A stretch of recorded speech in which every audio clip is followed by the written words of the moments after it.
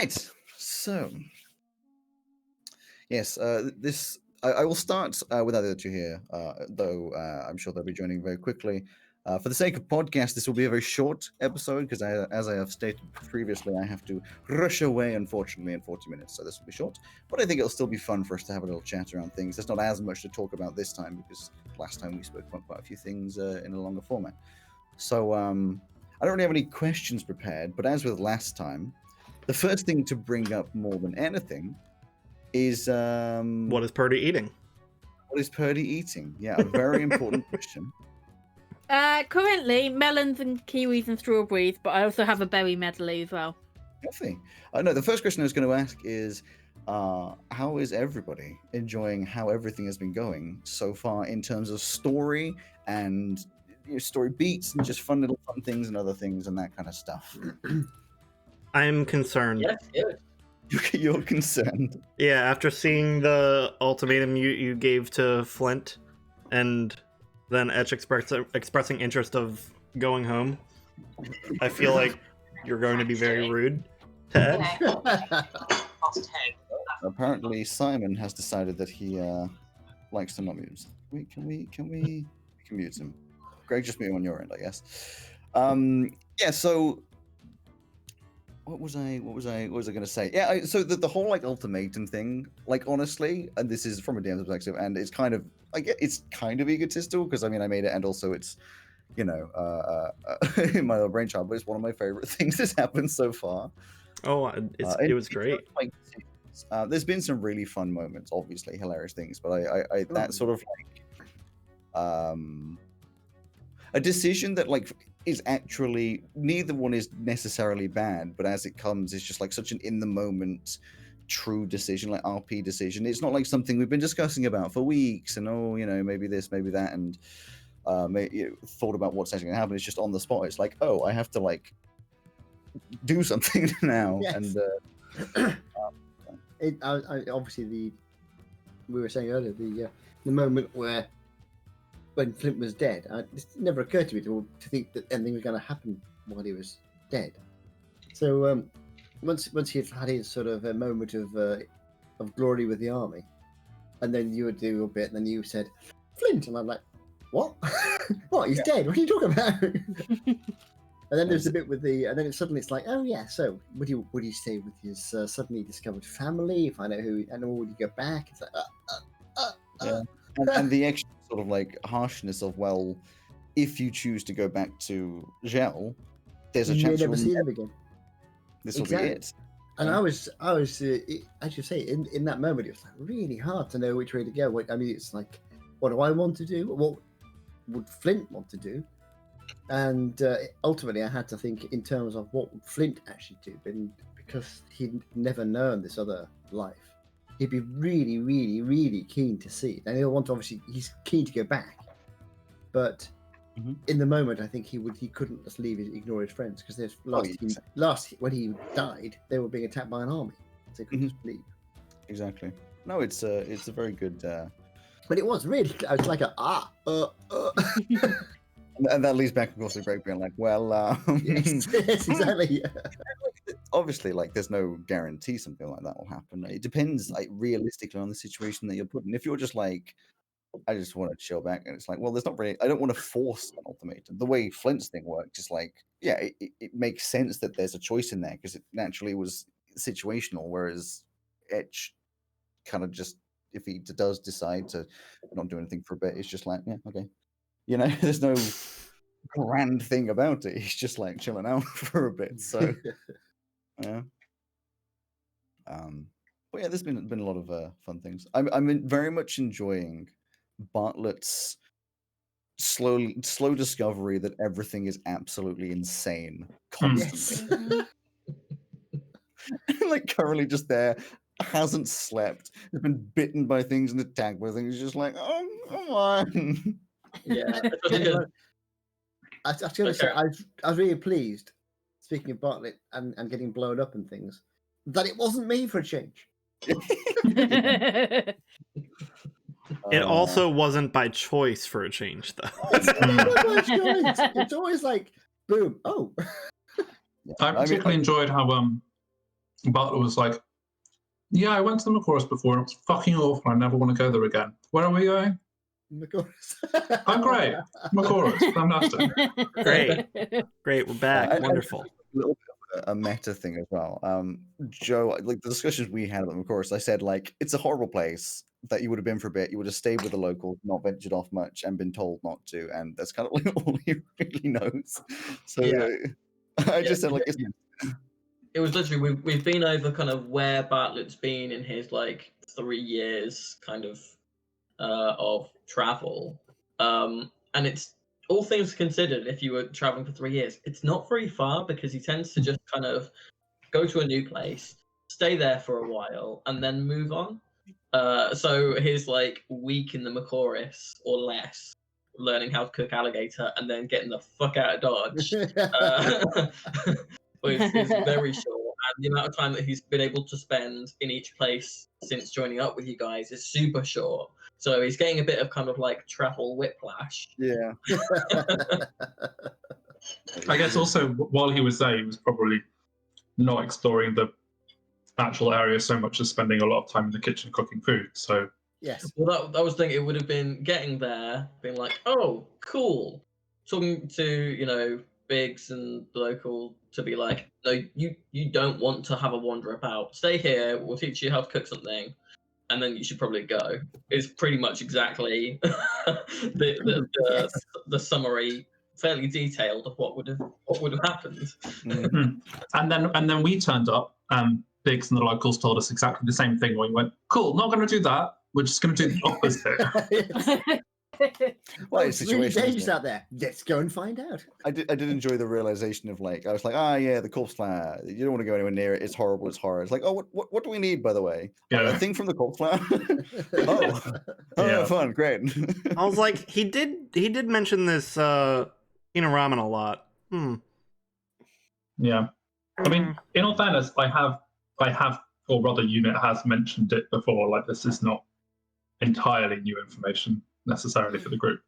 But it's one of those things where you don't really think about it until it's Yeah, necessary. you just kind of say it. It was just part of a list, and you weren't really focusing on details. No, it is a lot of fun. I feel real bad for Bartlett because he kind of hopped in the group. It's like, oh, we travel a lot. You'll get to see lots of places, try lots of different food, and learn a lot of different things. I haven't really had the chance to do that because of time pressure of the portal things. And, Not just that, and kind of you'll learning experience lots of different ways to die. Well, that's part of the thing of like, because Bartlett, as far as you guys know, is kind of happy-go-lucky and easygoing, and kind of like, oh, the world's great and all the rest of it, and then meeting up with you guys and finds out that one of you has already died. One of you is another one. a criminal in a very large empire. Then someone else dies while he's supposed to be helping them. Yeah, get attacked by giant scorpions. Yeah, so without, it's very much the making of like a tragic backstory here. Of he's like, shit, I need to look after these people. They're all gonna die. I am waiting for Barty's like split personality alter ego to take over and go psycho or something. One of those things you'll have to find out about. The thing is, I wouldn't be surprised because Elsie was never supposed to be like chaotic or anything like she is. That's Was just she from not? being she was never supposed to be like that. But I like. So wild magic sorcerer is not supposed to be chaotic. Well, no, but here's the thing. That is chaotic in a sense, but her personality is not going to be chaotic. But you got to think about Elsie as a person. She was just like looking after kids for like 18 years, and then now in the last like month has seen more death, destruction, has turned into a werewolf, has died. It's freaking everything's gone. Killed her own dad. Like everything's just gone insane. She is probably at this point has like 13 different sort of mental disorders. This is like your local insanity. primary school teacher goes on a military campaign to Syria. Exactly, and it's just like trauma. It's constant trauma. There's been no pause. Accidentally killed her dad. Flint was like a monk, so he was just a monk on the run. He was brought up in a cloistered. Who's going to meow? Brought up in a cloistered environment, helping others. Literally. Yeah, exactly. And he was just a bit curious about his background, and then he had to run because of somebody else attacking. So he was trained as a monk, but only really to help other people. And suddenly he's like this bunch of chaotic people, and he's before he always when I built the character, the idea was he had a sort of impulsive nature because of what kind of character what kind of being he is. But he spent his entire life learning to control it and to suppress it and to be calm and kind of. And of course, he's gone out into the world, and it's like, quick, do this, quick, do that. And so all this impulsive, and he's just completely like, now he's finding that this impulsive side of his nature is so much harder to control in these situations. Like, get in there, do stuff. Oh no, that wasn't a good idea. What's great with him as well is he ran away to keep everyone safe, fumbled about for a bit, went home, died, and now will for thousands of years be remembered as literally a legend in the 11th community. And he's not even dead. Exactly. Yeah. I mean, the whole return to home thing was just so different from what I expected. It was really good fun. You very nearly had like a full Jesus narrative. Like literally, third day rose again. You know, if you had reintroduced yourself as Flint to the Abbey community, you would have actually founded Christianity again. I'm trying to think of what was the chapter of the Bible where Jesus went on a rampage, slaughtered half an army? And Yeah. I don't remember that. Yeah, that might be one of the Greek gods instead. I don't know. It got lost in the Well, the pages of history. Exactly, yeah. That's the Lost in the New pages of Testament. history. The Book of Chaos. No, that's the one, I think I much prefer the way you created all of your characters. None of it's like, I'm a super duper hero that's going to save the world constantly. I've fought 3 gods. I've destroyed 3 continents. It's actually just some fuckos who have no idea what's going on, and for some reason are becoming incredible and like this kind of stuff, you know? Yeah. Well, I wondered, did you guys want to know what a couple of the other characters were that I pitched to Alex that you could have ended up with instead of Bartlett? Yeah, That go sounds for it. fun. Slight spoiler, they're all animals. Yeah, so a lot of them have just come from me playing around on Hero Forge, and also I've been enjoying the new custom lineage thing from Tasha's Cauldron of Everything.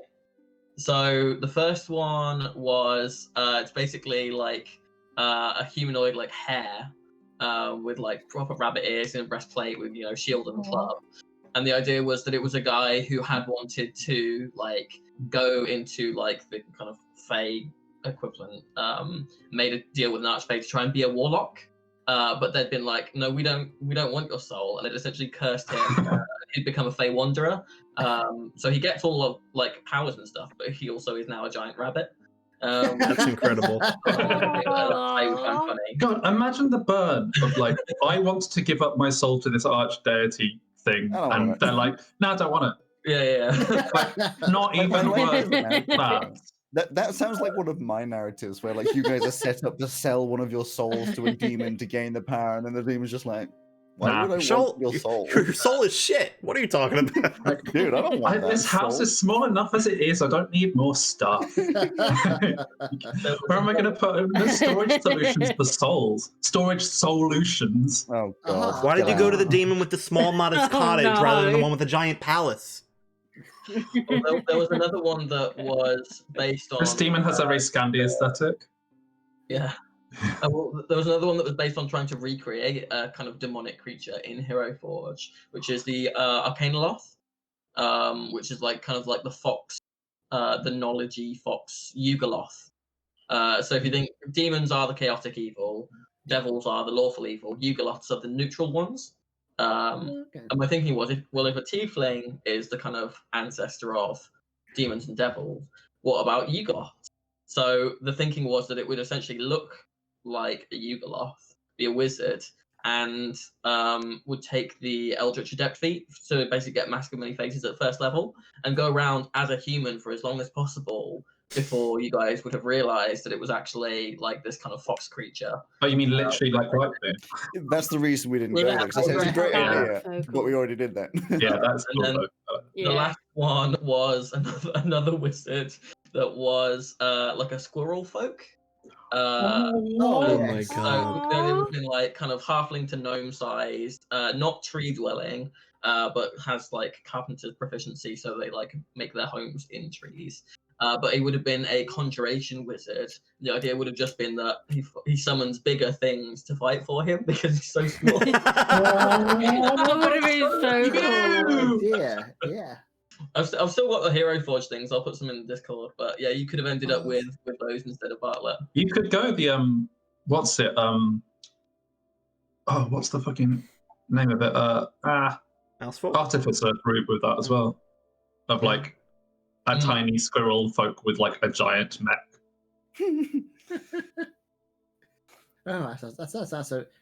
That was really Deeper, interesting. I mean, speaking of alternative characters, of course, when going back to this, when Flint was dead, I had set up this other character that Alex has mentioned before. Yeah, I just saw it. to back up, just in case, because I didn't know whether Flint was going to survive all this or not.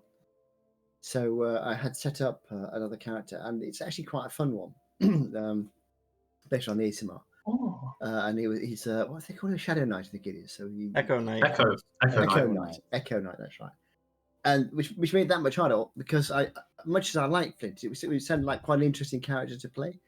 But it was at the same time, exactly. But the thing is, it's also there's this sort of like I've got invested in Flint now. Getting used to what the character's like and so on. Exactly. And it was, do I really want to start a new character? As I say to all of you guys, it's like at any point you guys can say I'm starting a new character, but I try to like if like for whatever reason you're really, really, really hating it, but like most of the time it's like let's not constantly swap out characters, every 3 episodes because you want to try out something new. It does create more depth for you. I think it takes a while. I know what the other guys. I think it takes a while. You have a feel for what the character, like Caperdi was saying, you have a feel for what the character is going to be all about when you start, and then after 3 or 4 weeks, it doesn't go that way at all. It becomes something completely different, and it takes a while before you get into the character, and then to switch it, it's actually a bit. I still miss Whitebane because it took a long time to get into the character. Whitebane.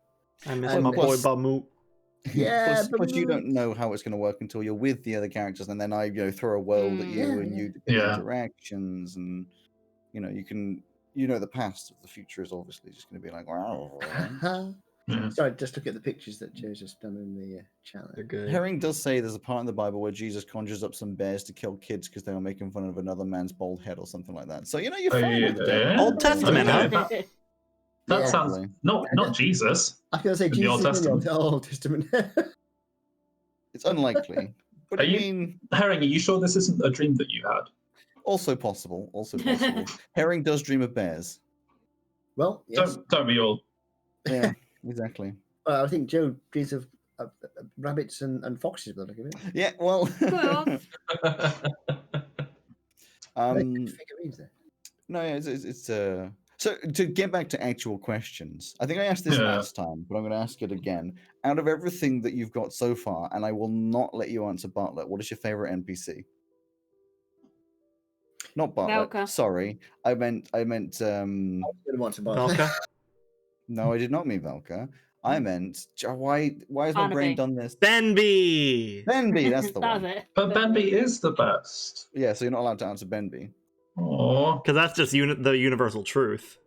Yeah, I think I would still like to see more of Valerie. I really like her concept of kind of vegetarian vampire, basically. Well, I mean, not vegetarian vampire, but what you were introduced to in this world is civilized vampire goth. The way I've set up vampires in this world is very different. Vampires are generally quite civilized anyway, and they are very human. But when they go into the sun, it causes a bloody rage, sort of rampaging thing. So they just avoid it because they don't really want to, kill a lot of people. It's like involuntary goth. Yeah, but yeah, no, it's an interesting concept because she's a little like Cruella de Vil, but not evil. She's just chilled down in a little basement. She's chilling. She just wants to have a successful shop. Exactly. Well, 2 shops now. Within this, we've had vampires and werewolves. I just enjoy that she offers well, if you want, I can turn you into a vampire. She's quite straightforward about That's how you're feeling. It's one of her services. It's only polite to offer. Some people would want to, maybe they would, maybe they wouldn't, Honestly, it's the sort of opportunity that I if Unit wasn't already such a fucking complicated character, I would be interested in if I were like a human character. You'd struggle with. We'd have to work something out because like Because it would be very difficult in the day. Yeah. No, I mean it's not. I think in the way that you've done vampires in this campaign, it probably wouldn't work for like. No, I think not. We'd probably, if you'd wanted it from early on. At this point, I reckon none of your characters would. But if you wanted from early on, we'd have worked out something for a reason why you don't go in a complete bloody rage, but like you kind of have like a barbarian thing where you're tipping on the edge at all points, but like you're never actually. Ooh, vampire the way that I play D&D is quite reactive anyway, as opposed to the Greg writes the entire like Wheel of Time book series per character style. That I will take opportunities in the narrative that are kind of afforded. Like, I mean, it was ages ago. It was like the old campaign when one of my characters became a werewolf, and then was killed by one of our other characters who was a monster hunter, which is unfortunate. Yeah. But like that is the sort of opportunity that I quite like taking as a player, I guess. Mm-hmm. Also, I'm impulsive as hell, so that's that. I like wild decisions. A werewolf or a vampire unit. I want to see that fan art. Dude, that'd be kind of funny. Like everyone else's favorite, not Ben B's. I love Alwyn more and more every time we visit him. That's just because he's nice to you. Yeah, he's a sweetheart. Gives you nice, gives you booze. I like to do that balance of like he wants so desperately to be like one of the boys down at the pub, just like sit back, chill, and have a beer. But he's also the king of an entire country, so like he has to have responsibilities. And he's all sentimental as well. It melted my heart when you explained that whiskey to me. Mm-hmm. Yeah. I would also agree. I am a King Bragan stan. Did I use that right? Yes, you did, have. Yeah. You're interneting, Joe. You're interneting. I know Reddit. I know what's up. Stonk. Right. But then, Joe, you never met his son, who I've completely forgotten the name of. Oh yeah, did he? Yeah. So the king has a wife who is a little strict and mean. She's not like the nicest person, but she's not like nasty. That was like an arranged marriage. And then they have one son who's like really up his ass about being a big old strong royal boy, and then Baron, and then another son who's younger and just like doesn't really want to be a prince or anything, so he just kind of like ignores all of it and goes down to the pub anyway. And like they met him in some random pub in the middle of nowhere. And it's very Emma Watson going to uni. Yeah, and then it took a little while before they realized he's just a prince of this entire country. But he was like, I don't really care. He was just interested. I can't remember if I said or if I'm gonna say that the king mentioned that he ran away, but he was kind of happy that he did. Yeah, I think that was mentioned. I can't remember if I mentioned it. But I don't remember that. If not, this is some meta knowledge that you haven't come to yet. But like the idea I have in my head is that at a certain point, in fact, because I think I may have done this twice at the beginning. The king said I wouldn't blame him if he ran away, and I'd almost be like happy for it. And then I think later on I may have said he's done it, but like no, I'm pretty sure you did. Yeah. Currently, though, you haven't asked necessarily. That prince has just left, and the king hasn't put anything out to find him because he knows that's what the prince wants. He doesn't want to be king of the country. He doesn't want any of this kind of stuff. He wants to do his own thing, and he'll come back hopefully. And it's a painful thing to like let someone walk away, but otherwise it's a very, very unhappy life for him to do all this kind of stuff. I hope everyone has adjusted their clocks because the timer has started on everyone who would prevent that guy from being king now. That guy's going to be king whether he likes it or not, I think. There's another prince. There is. For now. Yeah. Until he gets pushed out of the window or something. Well, exactly. Until a walking fly. There's a fun Very thing, Joffrey of you. This is a meta thing. Originally, so obviously your first mission, Joe, you went there for that, was to take out the slave trade. That was like the thing that the mediator was. Which I have to say, we did remarkably quickly. Pretty well. I never expected it to take very long. It was more just like a mission. I tiptoed around for a long while, and I'm kind of glad that it didn't go this direction. That the mission you'd have to do was kill the prince. Oh, right. That's where I thought it was going. I thought it was going to be like it comes from a lot higher up than we thought. Yeah, but I decided against it because I thought I don't want this. Honestly, I put a lot of effort into Courtier, and I don't want you to run away from Courtier and never go back. Like it's That's kind of fair. decisive. You kill the prince, you fuck off forever. You can't go back there because that's what you've done. And I had some like interesting stuff behind it, but I didn't. It felt very hollow. It was like, oh, go kill the prince. Like, Yeah. you know. And with characters that you don't know much about, it's hard to like feel that out, and it just didn't really. I got Yeah. into a lesbian, and we went there, got beaten up away. Well, yes. Never to return, essentially. I put nothing into Veluna. We have to go back to. You put a little bit into it. I put quite a lot into Hybris. We just haven't got there yet. Well, that's hopefully. I'm quite looking forward to that, actually. I'm quite looking forward to seeing her. I've put a lot more. I've put a lot in the kind of like, I don't know, like kind of general lore Mhm. slash kind of biology side of it. It's not like a kind of narrative element to it, but Well, I'm hoping Yeah. we get back to a lesbian because I mean Flint would definitely want to go back there because it's the only place that we know where there's a. If we ever get these portals to work, it's got the weakness which gets back to his plane. So he would be very keen. I mean, I've deliberately kept away from that. We haven't really had the opportunity anyway since being there as characters to talk about it much.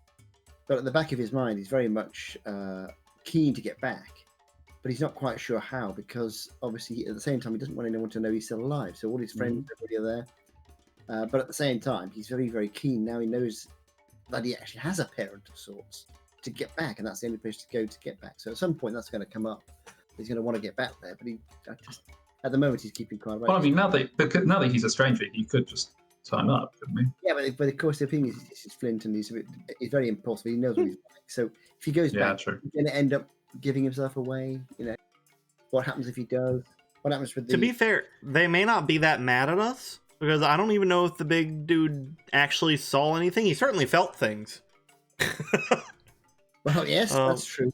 They'll probably assume that we. Well, because we vanished like right after the guy was released. Yeah. So. But also you, But also you in your halfling form wouldn't have been recognizable to him anyway. No, that's true. But I'm also thinking that in terms of Flint's friends, like the look at the pub and the two friends and and also the sort of the masters who he knew, he'd find it very hard to get back there and pretend he didn't know them. Yeah, he's not very good at that kind of thing. So I decided he's not. Although he's like a sort of trainee rogue, so he's not very good at being sort of. Oh yeah, I forgot you multi-classed, didn't you? Yeah. So we haven't really had much chance to use that. Here's a fun fact that I'm betting Simon's going to go, what? And probably Purdy as well. Bartlett's multi-classed. Oh. with what? 3 things, isn't it? 3? No. It's just Only 2? it's 3 levels of something. But it's Fey Wanderer Ranger. I don't even know what a Fey Wanderer is. I'm not gonna lie. So it's one of the newer ones. But it basically it gives you a couple extra like skill things, but also my thinking was with putting in some ranger levels was Bartlett being kind of the big fat chef, and you know. So you can say big fat shit. Leaving Marrow was the thinking was, I actually just would not be able to feed myself if I left here. It was just like alone in the wilderness. So it's probably going out and being able to identify foods and berries and stuff to be able to eat on the road and make sure that he can find his way. But I also didn't want him to be like just useless in combat. Yeah, that's fair. So even though for the personality, it's not something that he's necessarily going to initiate. It's something that if it came up, I didn't want him to be like cantrip. Yeah. Cantrip. Yeah. I want to be able to use that a little bit as well. Having said that, when I started Whitebane in the previous campaign, I mean, he had what the heck was it called? What's the cantrip he was using? Because he was a oh for God's sake. Eldritch Blast for what? Eldritch Blast. Yeah. Eldritch Blast, that's it. And basically 9 times out of 10 in a fight, he'd stand back going blast, blast, blast, blast.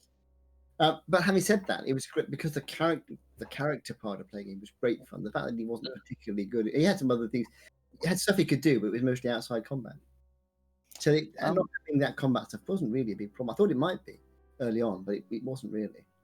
One thing I do want to mention, which I can't believe isn't more of a stir and like people aren't more obsessed with this. There is a guard in Elesduin who has a little note that was given to him that he was meant to pass on to friends. That he just so you guys know, the characters never know, but he's still holding on to that note, and he plans one day to try and get it to its recipient. Good. What was the note? We don't know that it exists. You do, because he said, "I have a note for you," and you went, "No." This was as you were running away, but you said, "No, thank you." More important things. Yeah. I also mentioned about having left a note with someone and didn't it get to us, and we were like, no. I left a note with Flint. Flint gave him a note when he went out to meet the elf. Yeah, so you know that we didn't get the note because you were there while we were running away. So why not just tell us what it is? Well, that's because he's not. It's not. If you don't want to know, you don't want to know. So heartfelt and everything. No. There were more important things. We were running for our lives. What are lives anyway? If has anybody seen this new Drake Warden subclass? What? It's an Unearthed Arcana one where it's similar to the Beastmaster Ranger, except it just shits all over Beastmaster and is like, you get a dragon instead. Yeah, Sorry, did somebody say Bahamut? Yeah, exactly. Turns out Bahamut was a Drake Warden. Wait, what class is it in? Ranger. Ranger. Because they're really trying to boost Rangers to have more spread of what they can do. Because over the past a long while, that every single other class has some fun stuff. Not Rangers are kind of boring. But Rangers aren't that boring. I like Rangers. But they aren't very spread out in terms of variety. Like a Ranger is normally the same character every time. So having more subclasses being like a dragon trainer is just more fun, you know? How to Train Your Dragon, D&D edition. Yeah. How to Train Your Drago. But it was released as part of a Dragon Unearthed Arcana, so in the same one there was also a Dragon Monk, where you could do lightning damage or cold damage or Way of the Ascendant Dragon. So we've got How to Train Your Dragon, we've got Avatar, The Last Airbender. Well, that's a lot of monks, isn't it? They were like, oh, it's just 4 elements monk, but way better. But the thinking is that Wizards have confirmed that they're working on 3 classic settings from previous editions to bring into 5e. So one of them being Ravenloft and the Dimensions of Dread, or whatever they're called. Got a bunch of cool new races. And so the other thinking is Dragonlance, now that the lawsuit is over and those books are being published again. Lawsuit? And so there was a disagreement about contract breach between Wizards of the Coast and the people who write the Dragonlance books. Oh, I love that.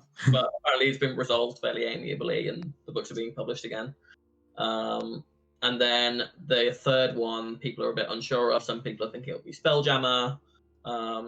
But Unearthed Arcana should, in theory, give us a few hints to what it is that they're working on in the future. Spelljammer is a very improvisational bard.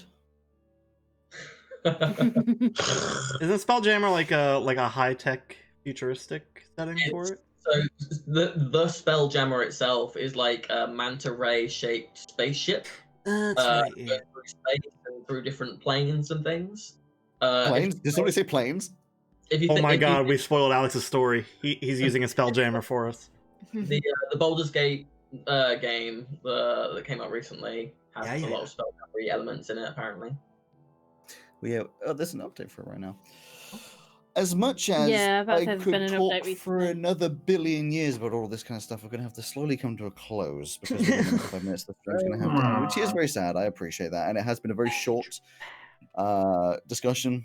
I appreciate that as well, but unfortunately, that is how things do have to go.